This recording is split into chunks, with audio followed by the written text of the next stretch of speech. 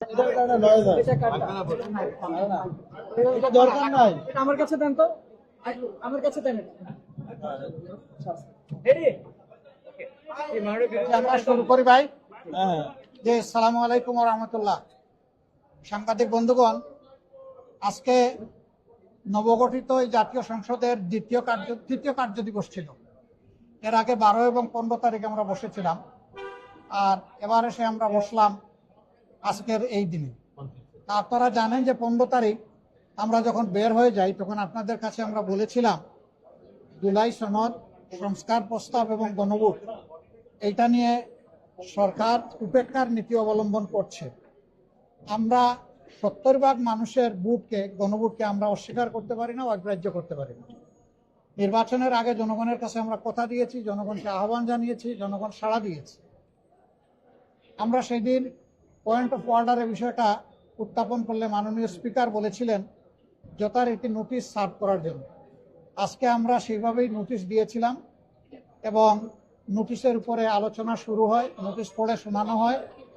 তারপরে অনেক বাধা এসেছে, আপনারা হয়তো দেখেছেন, স্বাভাবিকভাবে না দেখার কথা না, দফায় দফায় বাধা এসেছে।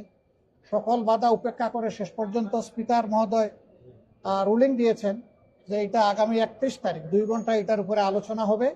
এরপরে আলোচনায় কি হয় আমরা দেখবো ইনশাল্লাহ। তবে আমরা আশা করব যে এখানে সরকারি দল তারা আমাদেরকে সহযোগিতা করবেন।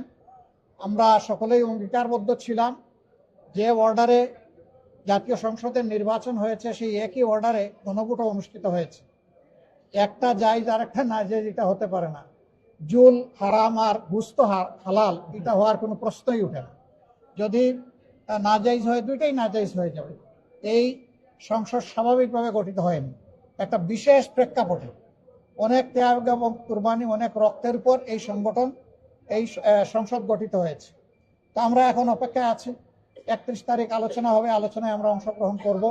আমরা আশা করব জুলাই চেতনাকে, জনগণের আকাঙ্ক্ষাকে, 70% মানুষের দেওয়া ম্যান্ডেটকে সরকারি দলও সহযোগিতা করে এটাকেও গ্রহণ করে নেবে এবং এর মধ্য দিয়ে এই সংকট অবসান হবে ইনশাআল্লাহ। বিরোধী নেতা, এর আগে স্পিকার আপনাদেরকে বলেছিলেন নোটিশ দেওয়ার জন্য, আজকে আপনারা নোটিশ দিলেন, কিন্তু আমরা দেখছিলাম স্বরাষ্ট্রমন্ত্রী সহ সরকার দলের কিছু এমপি আপনাদেরকে বাধা দিচ্ছিল বিষয়টা নিয়ে। এটা হওয়ার কারণ কি? কারণ আপনারা তো নোটিশ দিলেন।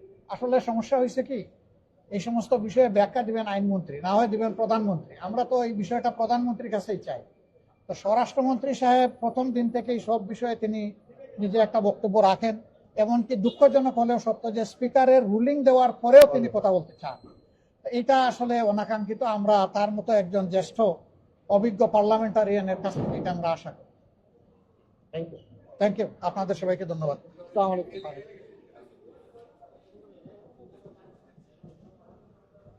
এটা কার?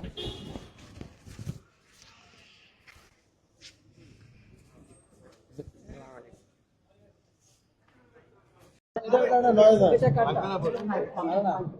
এটা দরকার নাই। এটা আমার কাছে দেন তো, আমার কাছে দেন।